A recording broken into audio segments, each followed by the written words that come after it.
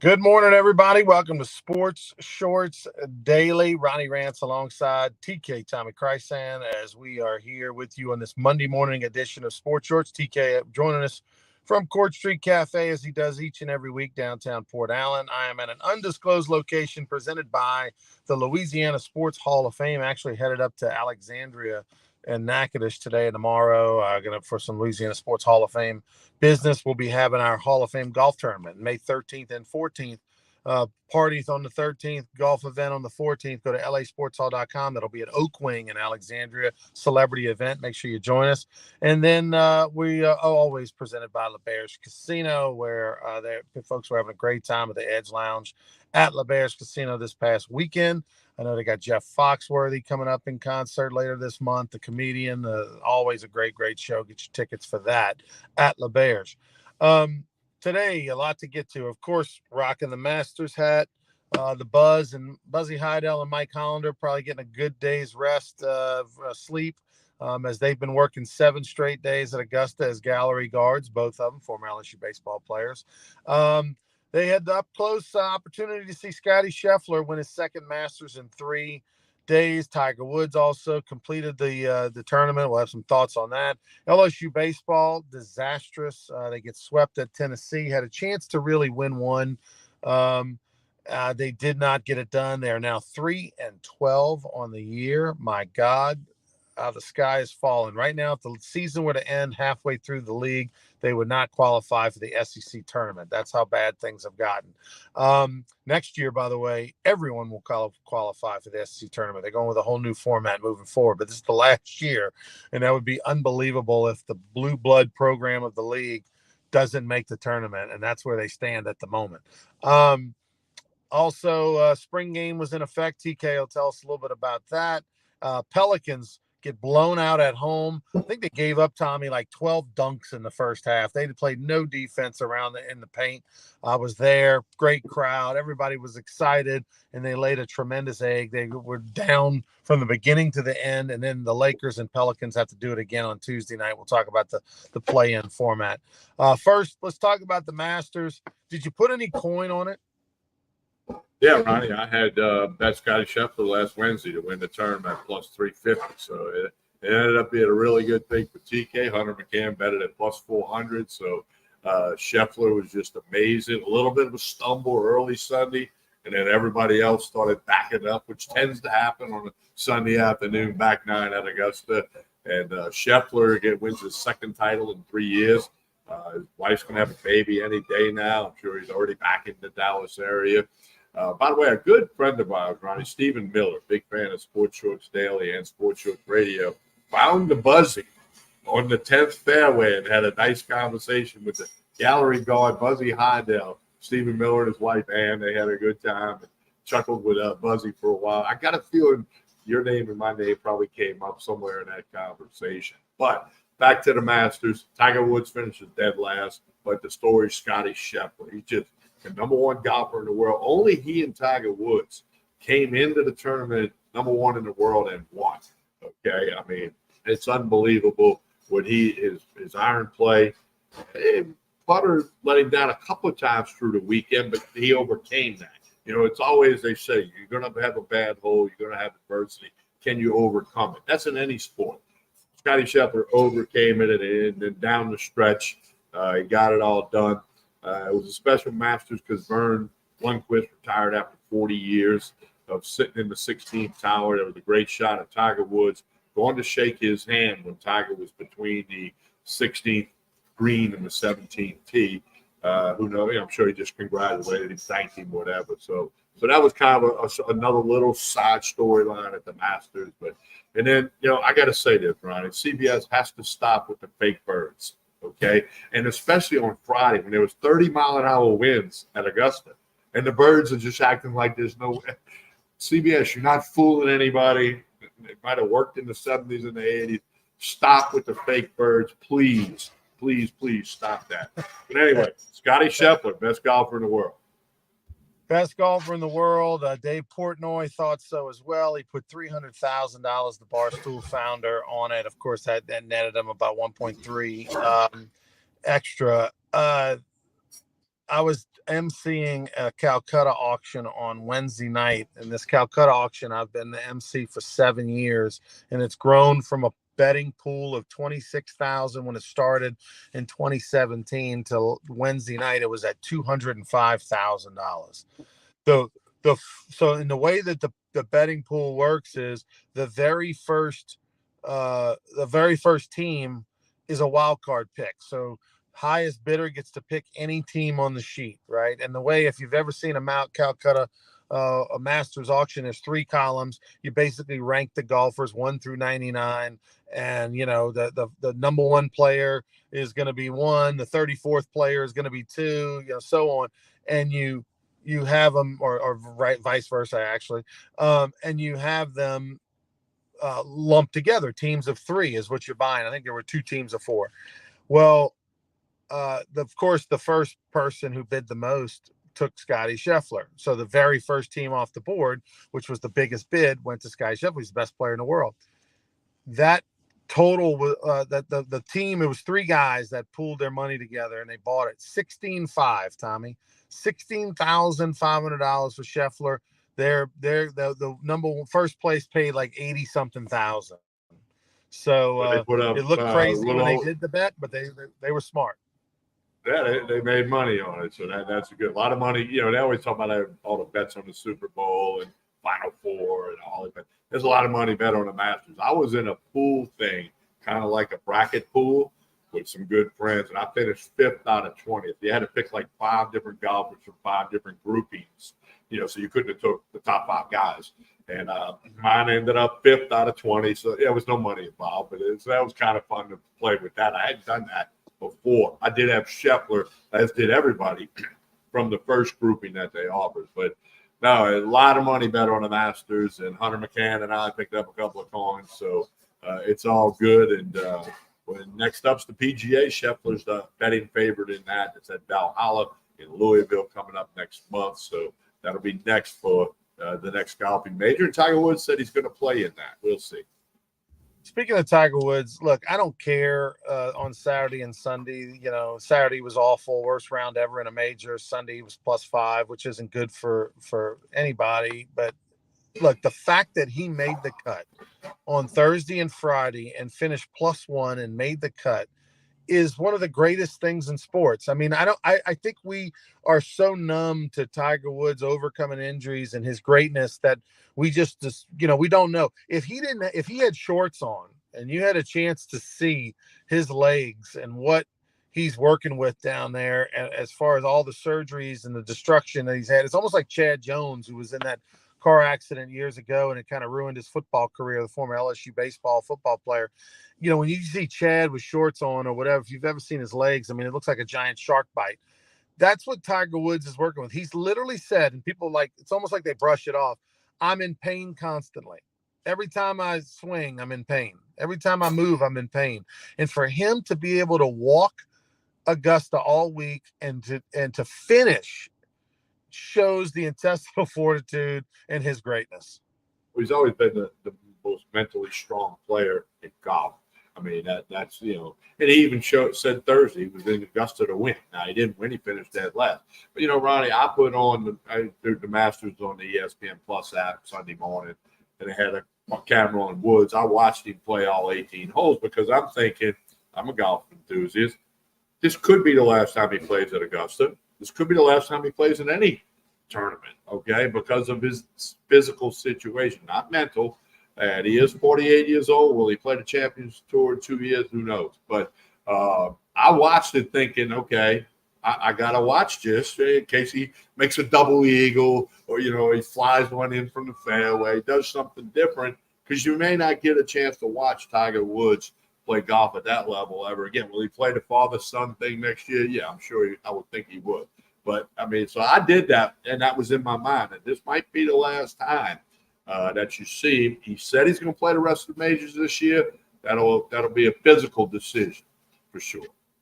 I do think he will play some Champions Tour events, Tommy. And the reason is because I feel like Tiger is so supportive of the PGA and the tradition and the history. And he knows that what a boost he would be for the Champions Tour. What a great thing it would be for the PGA to help the Champions Tour if he just goes and plays a few events. Of course, you can use a cart too. They can make that exception for him to use a cart. And it's 3 rounds, not 4. I don't see him being a regular, but I do think he will do a few events, just even if it's just out of charity to help the tour. And I agree. Arnold Palmer did that before you even knew about the Champions Tour, but Jack Nicklaus did it, because they're going to move the needle a little bit. And nobody moves the needle like Tiger Woods in sports history. So therefore, yeah, you're right. He'll play the senior U.S. Open and the senior PGA, and he'll do that. I really believe he'll do that if he can physically do it. And again, there's a card, okay?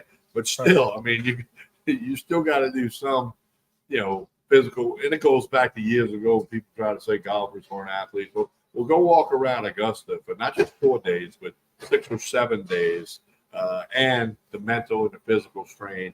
There's some guys that can't walk the local courses, much less, what's it from the 10th tee to the 10th green is 100 feet drop. That's 8-story building. Think about that, 8-story building from the tee box to the green at number 10, and you got to walk down. Unfortunately, you don't have to walk up that one. But 18's a steep incline. You've been there. You've been to Augusta. And there's other spots where you got to really climb, too. So, hey, I enjoyed the Masters as I always do, and we'll move on. Scotty Scheffler, your champion. And look, I mean, unless he decides to take up pickleball, he's going to win a lot more championships. It's incredible with the type of player he is. LSU baseball, they need some Jesus in their life. They need some pray for them. If you got some holy water, to go buy it, Alec Box tomorrow before the UNO game. By the way, UNO played a college called Blue something this past weekend. They played a college, I don't even know, Bluefield College or something like that. Never heard of them. Anyway. Well, in Southland, there's an odd number of teams, so right. Somebody plays a non-conference thing. By the way, Will Davis got his big significant win for Lamar. 200th win at Lamar. Yeah. Former Tiger player, former Tiger assistant coach, friend of UNI. So tip of the hat to Will Davis with the Lamar Cardinals in the Southland. But back to LSU, Ronnie. They're batting 250 as a team in the SEC. They're batting 250 as a team in the league. They are their ERA is over 7 in the league. Next up is Missouri. Missouri is not as easy as we thought. They've won 4 of their last 6. They swept Florida 2 weeks ago. They won 1 against Georgia on the road this week. Missouri can pitch. They can't hit, but they can pitch. Their ERA is like 5, little over 5 in the league in the SEC. Keep in mind, LSU is almost 8 in the league. Their ERA is over 5. But they only are they're dead last in the league in batting. They're hitting literally 208 or something like that. They're not even the 210 in the SEC in batting average. So hopefully the pitching can get healthy. They showed signs of life this past weekend. They just did not score enough runs. LSU just struggled offensively. The pitching that was kind of good enough to win on Saturday in the second game for sure. And the first game they got really good relief pitching and replaced the jump on the first game. They pitched well in the second game, of course, between Holman and Herring. The third game, the bullpen let them down a little bit, but offense doesn't really give them a chance right now. They're just not scoring runs, Tom. We could sit here for 30 minutes and talk about all the problems that LSU baseball had. They've got to somehow get to 12 wins to make it into the NCAA tournament. And I don't know, that's not realistic. That means, Tommy, that they would have to go 9-6 in their last 15 games to get to 12 wins. That I think makes them into the end. I think 12-18 gets you into the NCAA tournament this year in the SEC. I think the league is that good. They've got to go 9-6 in their last 15 games. And I know the schedule gets lighter, but I just don't see that happening. Yeah, I want to back it up to Saturday. Jay Johnson made a mistake pulling home 91 pitches. He got caught with the lefty thing. Okay. He later at the end of the game said Holman's their best player. Well, you should have left him in. Screw the lefty thing. You bring in Herring, a hitter, clearly knew Herring was going to throw a breaking ball. First pitch, he hits a single to knock in 2 runs. Okay, that one's on Jay Johnson. I mean, it was 91 pitches. It was a Saturday. He had that extra day. I can't believe he took his guy out. What does Coach Bertman always say? You got to get that first guy out because the next guy coming in is not quite as good in most cases. But that's just a small piece of the whole weekend.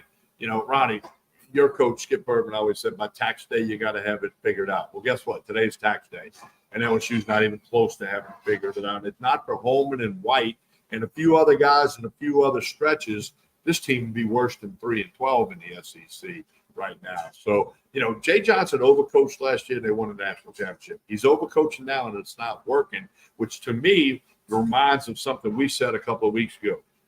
Dylan Cruz, Paul Skeens, Morgan, Peloso, Dugas, Joe Bear. Those guys, tough shoes to fill, and they're not being filled right now, and it's making a difference between last year and this year. And, UNO is going to come after them tomorrow night. And then they got to go to Missouri. We'll see what happens there. Then Auburn comes here to town. So on paper, 2 of the other worst teams in the SEC are your next weekend opponents. So you got to get 5 out of 6, if not all 6 of those. But I'm like you. Is that really doable with what we have seen now through 15 SEC games, 37 regular season games? I can't see them making the. I told somebody the other day, cancel your reservation to Hoover. They're not going to be there. Yeah, no, I'm not willing to say that, obviously, because obviously the first top 12 teams go to Hoover. They're currently 13th, Auburn 14th. But there's no reason to believe that all of a sudden they're a light switch away from just turning this thing around. There's too many guys not getting the lack of timely hitting is unbelievable. We think of them as a team that gets hit by pitches, Tommy. They are 11th in the league in hit by pitches in SEC play. Again, that's why you got to look at the numbers. Everybody looks at, they're hitting 280 something as a team. No, they're not. They're getting 280 against teams that had 9s and 7s and 8 ERAs in February. When the chips are on the line, when you go against the real teams, in the SEC, that's all I care about. Where do you stack up against the rest of the league? What are your numbers against the rest of the league? And they are 10-14 in just about everything. They're a middle of the pack at best in anything. They don't have anybody in the top portion of the league. Their on base percentage is double digits. Their hit by pitches is double digits. So they're not doing what they've always traditionally done. Had a high on base percentage, got hit by pitches, got on base. Their runners in scoring position, they're horrible at batting average. And so those things, they have been so unclutched. They had the bases loaded twice in the 8th and 9th in the first game of the series, didn't get the big hits. They had 8 hits through 4 innings in the second game of the series against Tennessee, got 1 run. They are just not clutch. They're not getting it done. You could think of whatever the reasons are. These are all dudes that everybody else wanted in college, but don't think they didn't recruit well. They didn't get good players. They got the dudes that everybody wanted. And these guys didn't forget how to coach from last year when they won the national championship this year. So at some point, it's on the players. These guys are professionals. They're not getting millions of dollars, but they're getting thousands of dollars. They are professionals. But it's hard to be a professional when you're 19 years old, 20 years old, you're going to school and you got girlfriend problems and you got, Bumble and everything else and all these distractions and getting paid. And, oh, by the way, I got to be a professional baseball player and I've never done this before. So it's all of that. But it's a disastrous year. And I don't believe, Tommy, it's going to get turned around. That's just my opinion. Tell us a little bit about. I cannot disagree with you. Spring football game, a decent crowd, 4 different quarterbacks played, a ton of receivers and running backs. Defense had their moments. Nussmeier 7 for 7 with a couple of touchdowns, but you can't read anything into a spring game, good or bad. It's the coaches had other objectives of getting some guys some reps and seeing what they can do, quote unquote, when the lights are on. And that'll wrap up practice. Now they're going to immediately turn to the portal, who's staying, who's going, NIL deals. We all know that story. But I did see a few highlights from the LSU spring football game, a couple of nice runs, a couple of nice throws. Again, Nussmeier threw the ball well. He's number 1 quarterback. Right now, the battle's for number 2 going forward once we get through the summer. Then, before we know it, fall camp will be here. the spring game is like fall LSU baseball. Every year, there's always some guy in the fall for LSU baseball that has a great fall, and then you never hear from him, or he has a terrible spring. Well, the great quote from Mike Bianco. One time he was talking to Dan Canterbury. Fall Braves had just concluded, and then the spring comes around, and Mike Bianco said, that guy was a fall American. He was a fall American. He was great in October and November, but he can't play in the spring. A fall American. I never forgot that. Got to give Coach Bianco credit for that one. The field, I love how they paint the field in Tiger Stadium different for the spring game. No eye of the tiger. The end zones were amazing. It's the 100th year anniversary this year of Tiger Stadium, which is incredible to think about the transformation of that stadium. Are you in favor of keeping the tiger eye? Or would you like to see LSU go in a different direction midfield? I don't know. The tiger eye, I don't think it has the impact. It doesn't pop like it once did. You know, a good point actually was made a long time ago with Jared DiNardo. He wanted the tiger eye off. He wanted the block letters LSU. His theory was all the guys in a sports bar, when there's no volume going on, they would know that was the LSU game. Now, it was a different world when DiNardo coached here.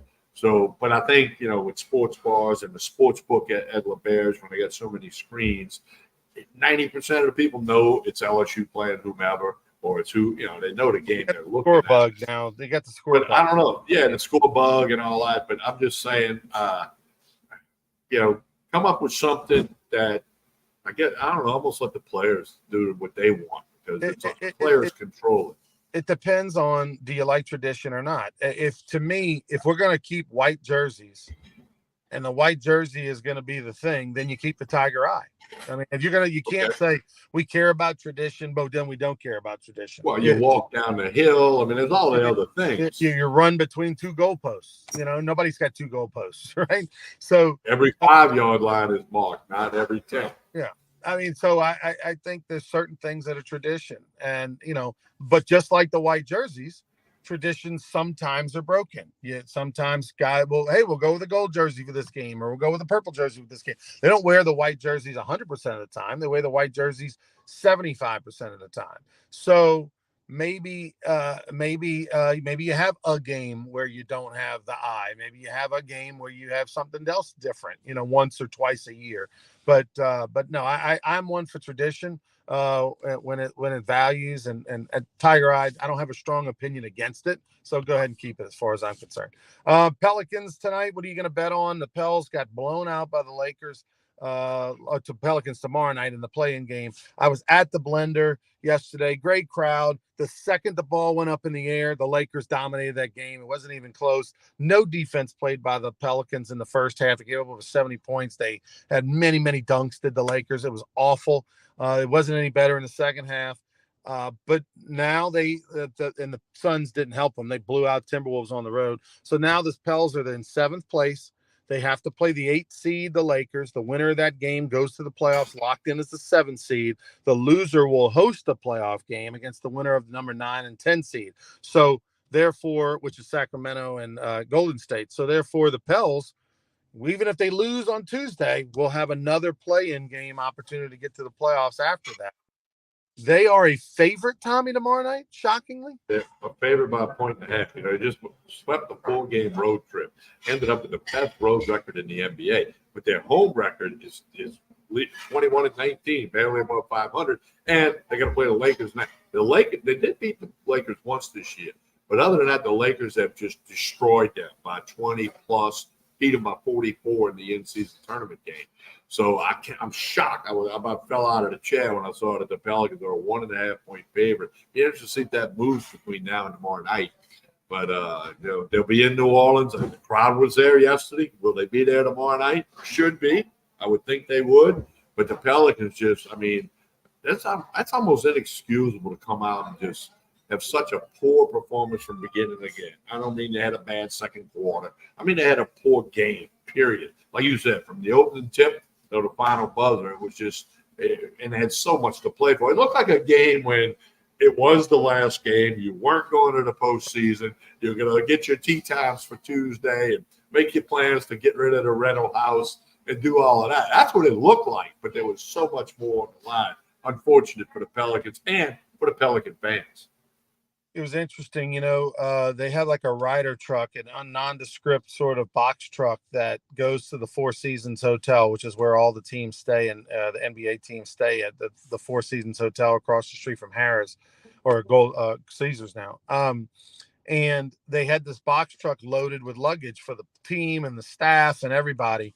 Well, after the game, because they won, they obviously aren't flying back to LA on Sunday to just turn around and get back here the next day or so. So they're staying at the Four Seasons. So they had to return. And I saw the box truck parked outside the Four Seasons unloading the luggage after the game. So they had loaded in case, depending on what happened, if they were either going to fly back to LA or not. But then once they won and they realized they're going to be playing the Pels on Tuesday in New Orleans, they had to unload the truck. So here's my thing. Go to the Four Seasons tonight, tomorrow, make lots of noise, harass them, go find your way onto the floors, yell LeBron's name, bang on the door, do whatever to distract them so they can't get a good night's rest, honk a lot of horns or something outside the Four Seasons, whatever. Pels fans need to help out this team because I'm with you, Tommy. I don't see a scenario where they win on Tuesday. I hope I'm wrong. Yeah, well, I hope I'm wrong too, but we'll see on that. Tough day for the Pelicans. All right, we'll be back on Wednesday for more Sports Shorts Daily. Tell us about Court Street Cafe on the way out. Well, breakfast, lunch, and dinner 7 days a week, full-service bar here. They had steak night this past Saturday, the Sunday brunch with live music. That's a big thing. Make a plan now for next Sunday. Court Street Cafe. Great way to keep up with them is connect on Facebook and Instagram. They do a great job of putting out lunch specials, dinner specials, drink specials, the music, entertainment, the whole bit. Court Street Cafe in Port Allen, just a couple of minutes over the Mississippi River Bridge. Jason and the staff do a super job here. As always, appreciate everybody listening. We had a little bit of an earlier start this morning. We'll be back Wednesday at 9:30. Like and share this show. That's the cost of admission. That's the price. It's cheap. It's free. It's free. We'll hit the like button, hit the share button, whether you're on YouTube, you're on X, you're on Facebook. That helps out the show and all of our marketing partners a lot. So like and share this show. On behalf of Ronnie Rance and the entire crew here at Court Street Cafe, have a wonderful week, everyone.